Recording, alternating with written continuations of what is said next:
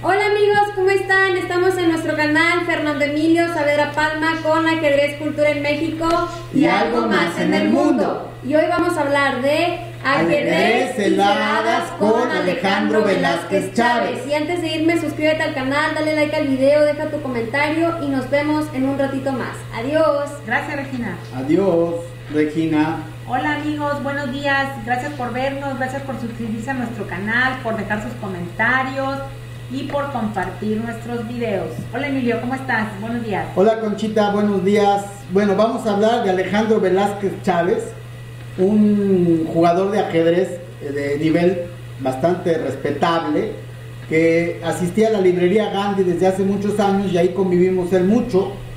Jugué algo con él y ahorita platico una anécdota. Él tenía la capacidad de llegar a la Gandhi y sentarse en una mesa y jugar un match con una o dos personas. Realmente lo vi jugando con una durante muchos años.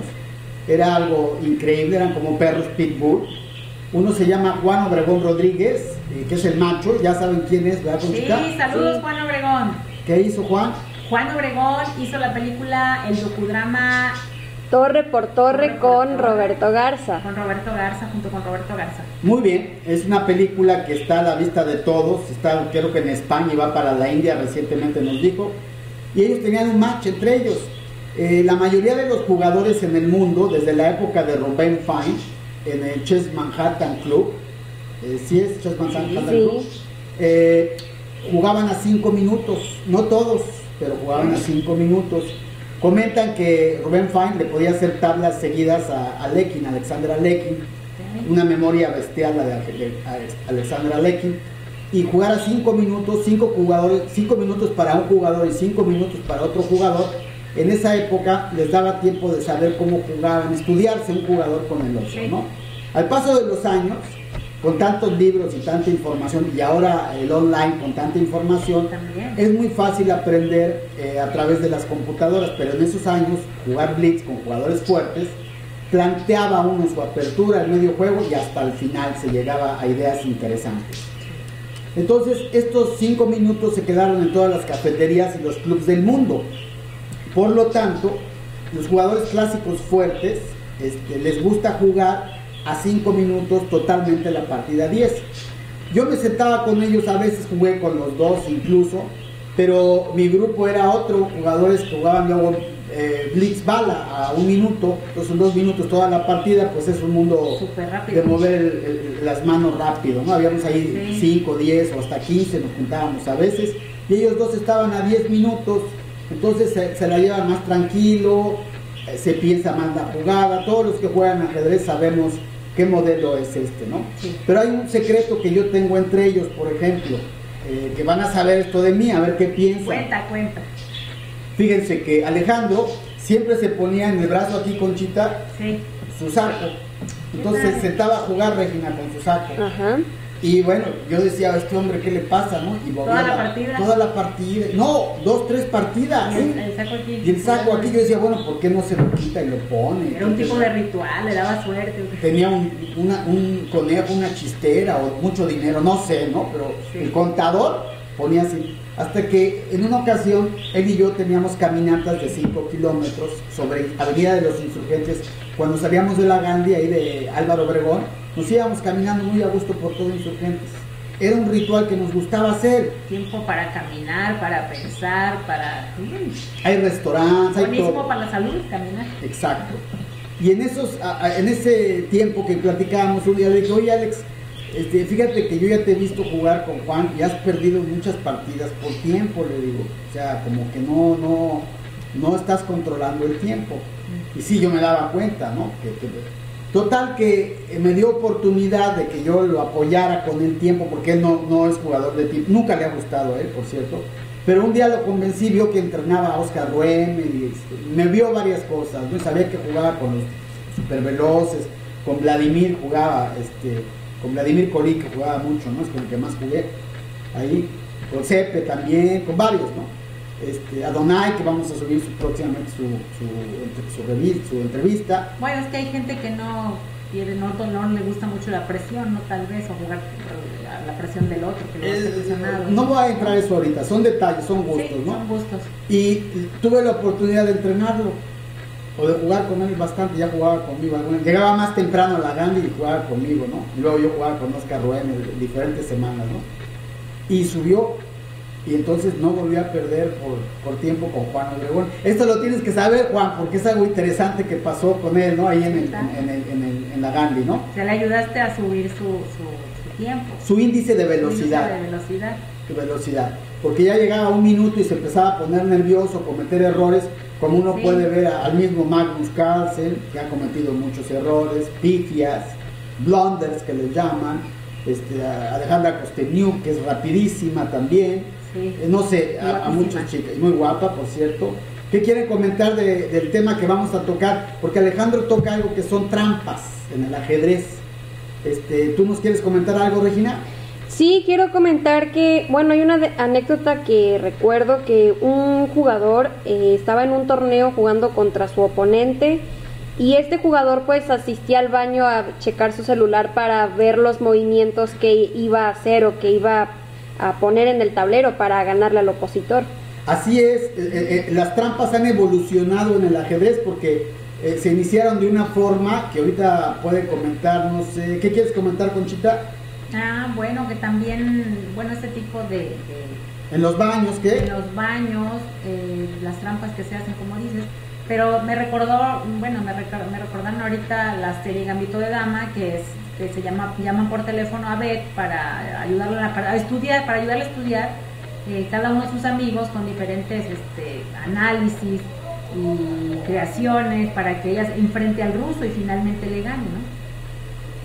Bueno, se le está olvidando a ella que juega con el ruso, se sienta el ruso, Bordov o Borkov, no sé cómo se llame, y se acercan otros rusos y están analizando las variantes que van a jugar con ella, ¿no? Claro. Entonces, la realidad es que esto lo tomaron de la realidad con Bobby Fischer, que aprendió ruso. Bobby Fischer aprendió ruso para escuchar a los rusos y saber qué hablaban o qué decían de él. De hecho, le tocó a Bobby Fischer jugar contra muchos rusos en diferentes torneos y pues todos se arreglaban hasta tablas, según comentan, ¿no?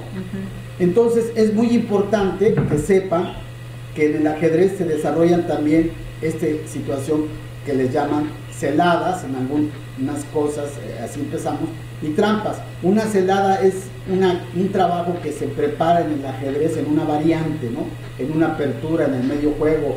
El rey magnetizado es uno de ellos, de Carlos Torres, ¿no? Es una celada que puede caer, pero también hay otras que son fuera del ajedrez, que es lo que está hablando en esta entrevista Alejandro. ¿Puedes leer la entrevista, Conchita, por favor? Claro que sí, la entrevista es a Alejandro Velázquez Chávez, hecha por Juan Cervera Sanchís, y dice así: en la vida del contador público Alejandro Velázquez Chávez, el ajedrez ha jugado un papel estelar.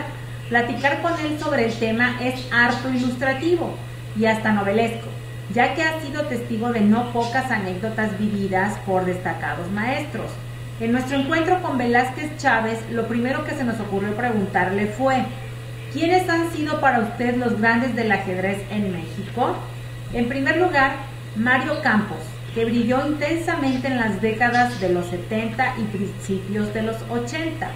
Entre las anécdotas que me tocó vivir con Mario Campos, recuerdo durante la última ronda del campeonato del Distrito Federal, en Club México de Insurgentes Sur número 19, en que jugaba contra Alberto Campos, que la mesa estaba rodeada de los más calificados jugadores de ajedrez de aquel entonces en México.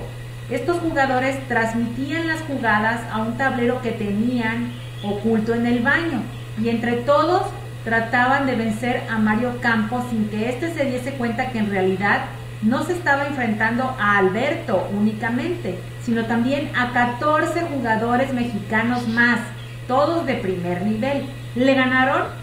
¡Qué va! Mario Campos le dio jaque mate a los 15. Gran hazaña, que quede registrado aquí para la historia. Debo decir que el ingeniero Mario Campos es el único jugador mexicano contemporáneo que ha sido invitado a los torneos de los grandes maestros.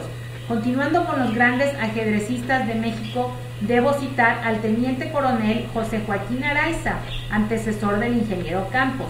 El teniente coronel Araiza fue durante 30 años campeón de la República Mexicana.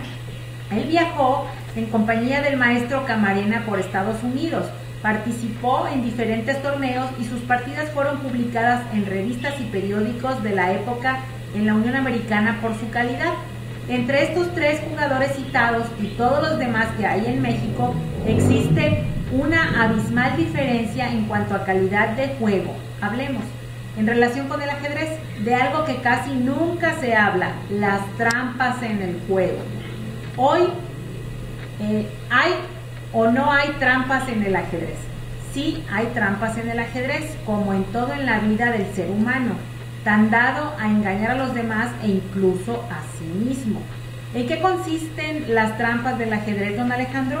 Por ejemplo, yo puedo llevar un reloj preparado, defectuoso, que me proporcione ventajas de tiempo a mi favor. Puedo imponer mi tablero y mis piezas, un tablero con colores ofensivos a la vista y piezas maltratadas. Todo esto influye de manera definitiva en la mente del contrincante. Otras artimañas son poner el vientre sobre la mesa, respirar y mover el tablero, dar pataditas por debajo de la mesa, levantarse y caminar unos metros, pedir una vez y otra la papeleta de anotación con el fin de distraer al opositor. ¿Sucede esto en el nivel de torneo? Estoy hablando de los torneos en México. Oiga, don Alejandro, advierto que el ajedrez se parece mucho a la política, ¿no cree usted?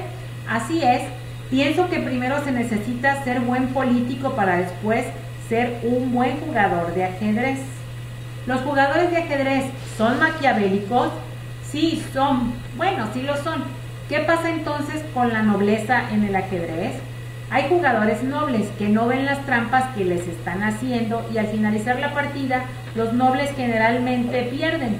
Todavía felicitan al villano que les ganó y les dicen a los demás que acaban de perder con un gran jugador. ¡Cuánta inocencia! ¿No le parece? Cruel visión la suya del ajedrez y los ajedrecistas mexicanos en general, ¿no cree? No se crea, le voy a presentar la otra cara de la moneda.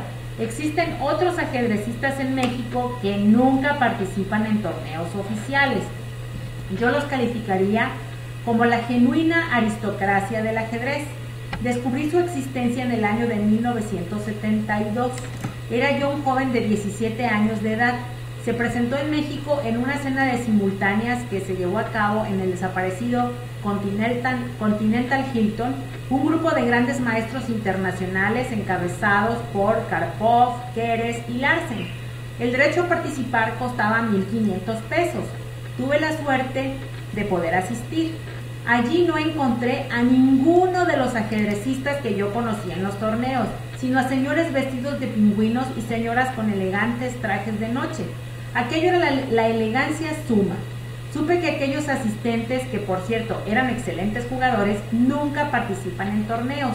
Consideran los torneos como cosa de plebeyos, y entre los plebeyos no hay respeto por el juego. Oiga, don Alejandro, es toda una revelación lo que nos está contando y nos gustaría alargar esta charla hasta el infinito, pero la plebeyez del espacio no nos lo permite. ¿Ha cambiado algo respecto a las marrullerías de los torneos de ajedrez en México? Sigue la misma historia. Sin embargo, el ajedrez, valga la redundancia, y pese a los plebeyos, nunca dejará de ser un juego de dioses.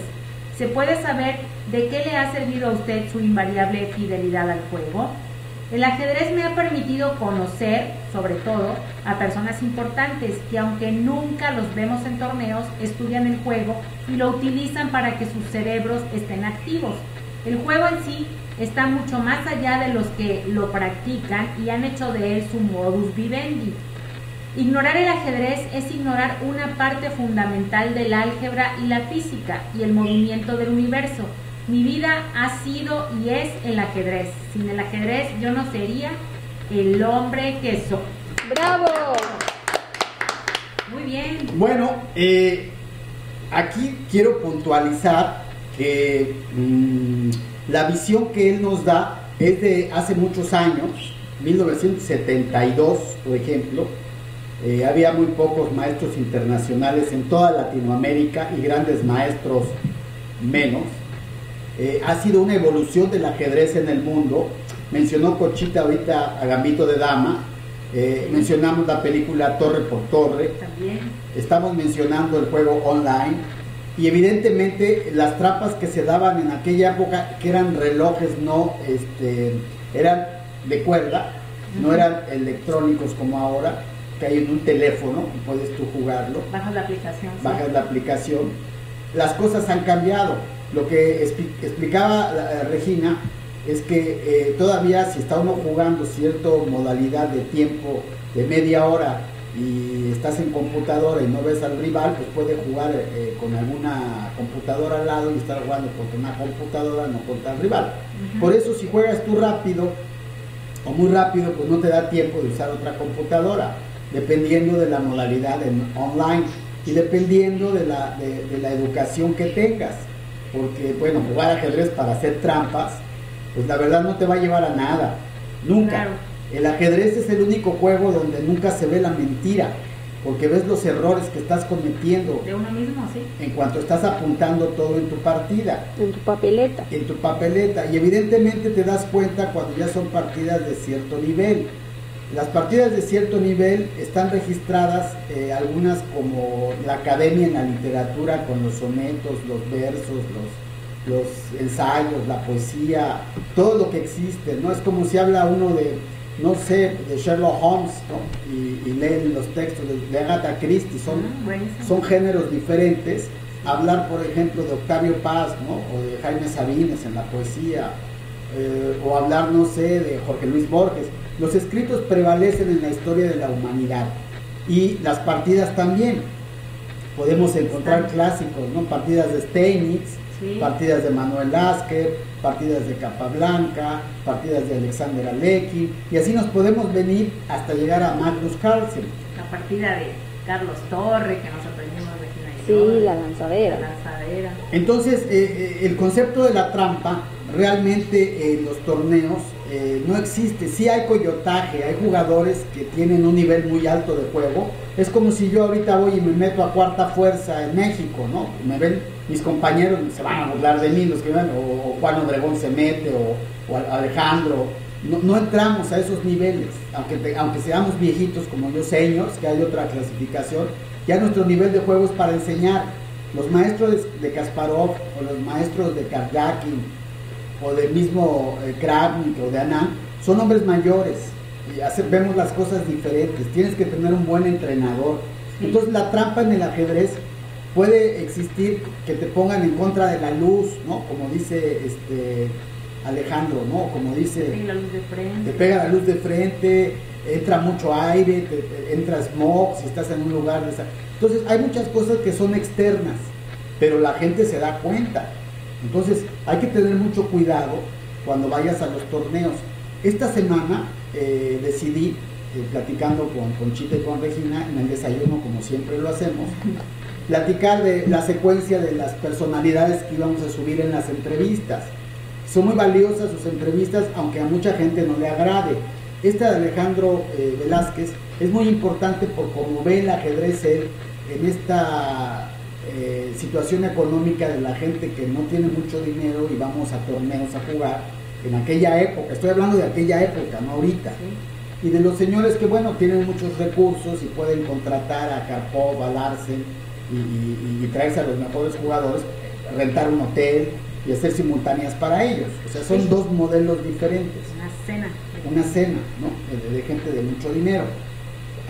Por ejemplo, podemos hablar, en esta secuencia vamos a invitar en la próxima entrevista a Donay Marquina, también jugaba ahí mucho con nosotros, también llegó a jugar con Alejandro Albarrán, con Alejandro Velázquez y con Juan Obregón, a Donay, ¿no?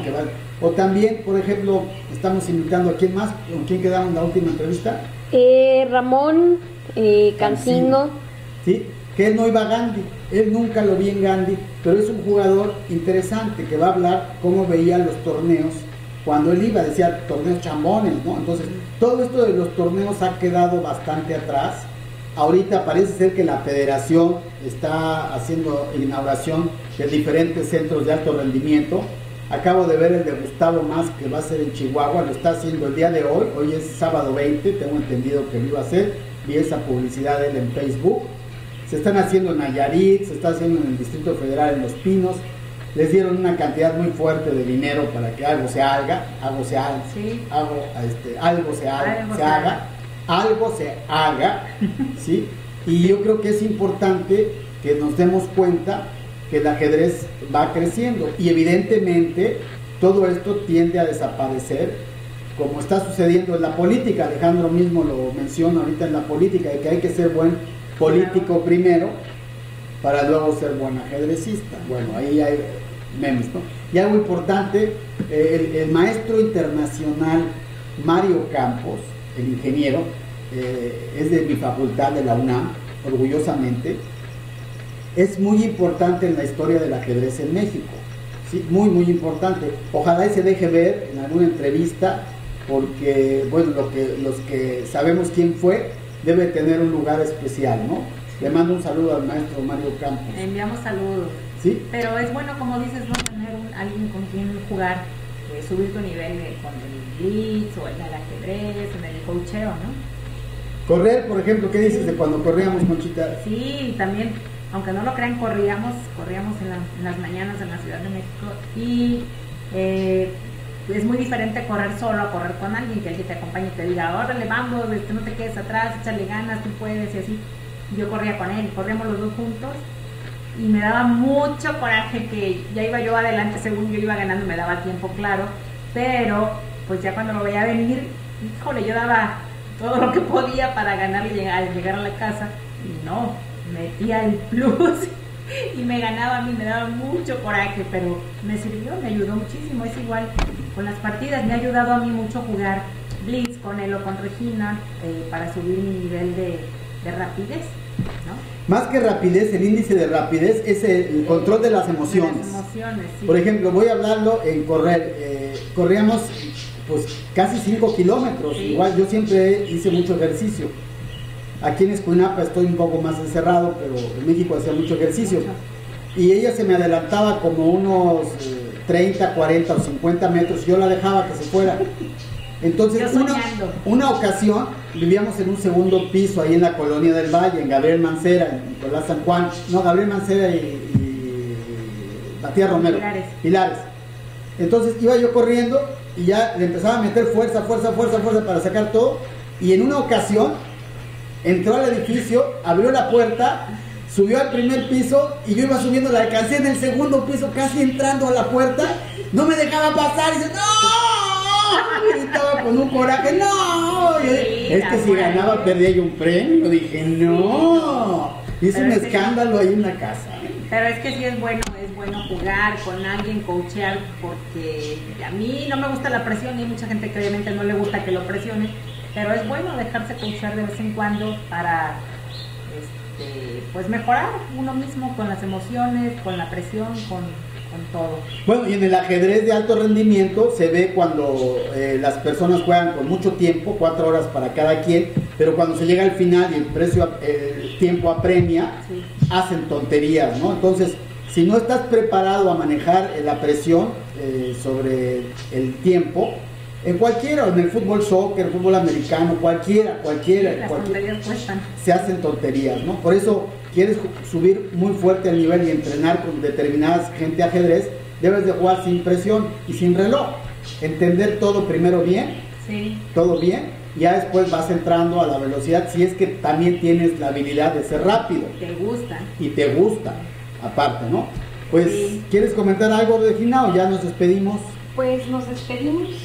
Bueno, a ver, gracias por vernos, amigos. Gracias por vernos. Bueno, amigos, gracias por vernos. Los que ya se suscribieron, pues de nueva cuenta, gracias. Y los que no, pues háganlo. Y bueno, somos la familia ajedrecística. Hagan su club de ajedrez. Y sigan pendientes de nuestros videos. Por favor, compartan y denles like. Gracias por hacerlo. Hagan su club de ajedrez. Gracias por vernos y nos vemos hasta el siguiente video. Gracias. Bye. Bye.